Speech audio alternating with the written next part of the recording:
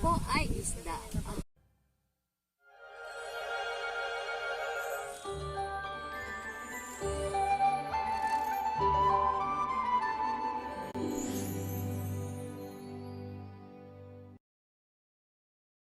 Hello guys, what's up? Welcome back to my channel. This is Tinkerbell 83. As you can see, andito po ako sa gilid ng dagat. Dahil po may mga kasamahan po ako doon na nanguhuli po sila ng isda. At paparating na, I hope so, meron silang dalang isda. At ngayon po ay i-ready po namin yung para maggagawa po kami ng barbecue dyan. Ayan. So ngayon gagawa po ako ng apoy. Okay? Ayan.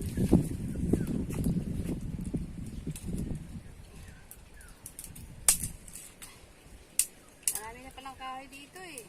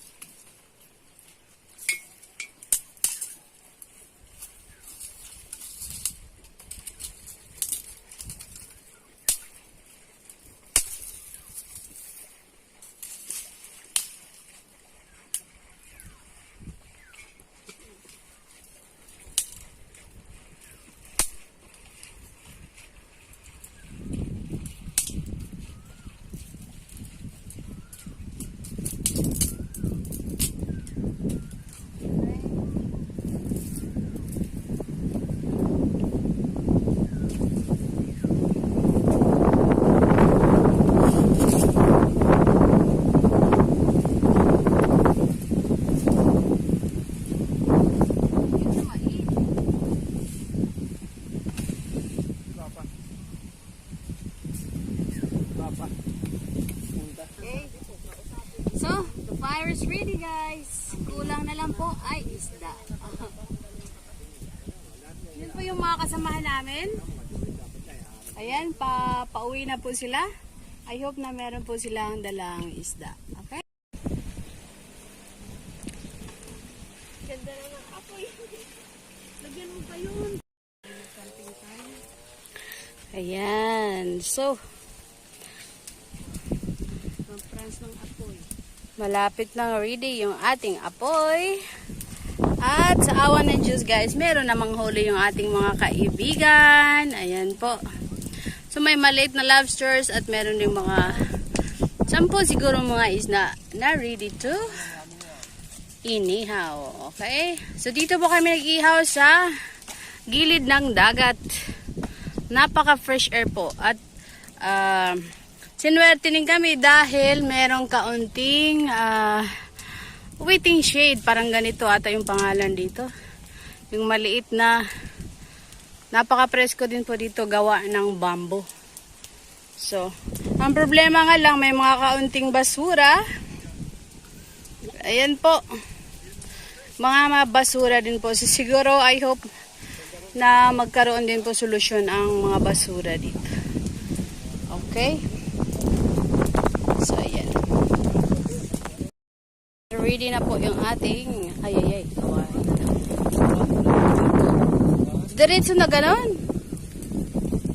Pang Boy Scout na to guys. Walang anuhan. Walang diretso sa kalayo. Sa apoy.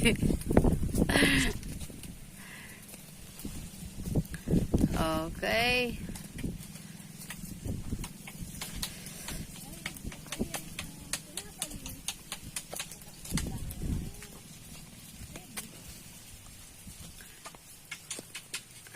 May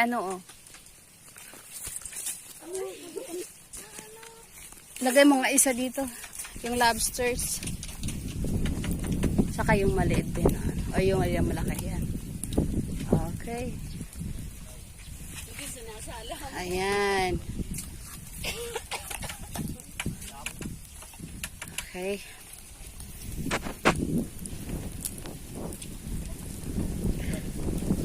So, ganito po yun. Very simple lang po kasi wala naman kami mga gamit. Importante po ay maluto yung isda at makain. So, Kakahuli lang po nito guys, mga 10 minutes ago. Very fresh.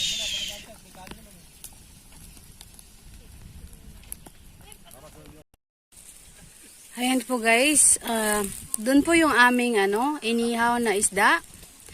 Habang naghihintay po kami sa para maluto siya, nakita ko po dito na may bayabas tree. Ayan, may bayabasan pala dito. So, alam mo naman, bayabas, masarap. So, maghahanap po ako ng baka mahinog. Ayun ang pa may 5 brands. Camera ito. Ningitin ito. Asing nga lang, dala namin. Mayroon mo rin katalong plato. Ito, Agay. Kumuha ka. kaya nga, huwag naman yun ang doon. Kumuha ka. Hindi naman buhangin. Nilagyan ng kuya ng buhangin.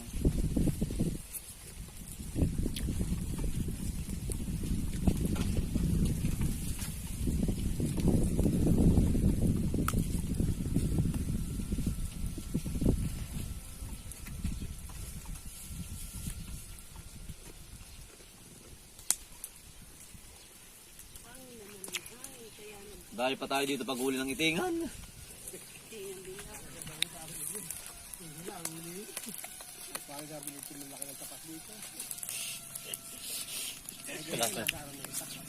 Wala ka ng lobsters, oh.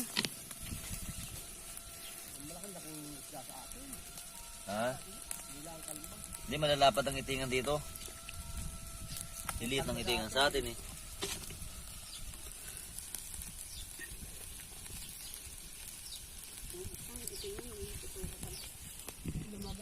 The finished product, guys. Ayan. It seems all black, but I think still tastes good. So now we are going to eat the inihaw na isda with small lobsters.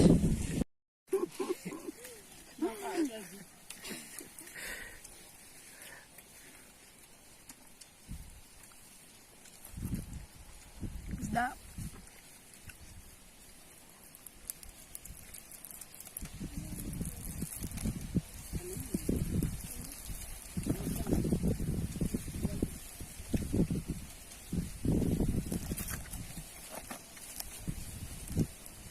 Kain tayo.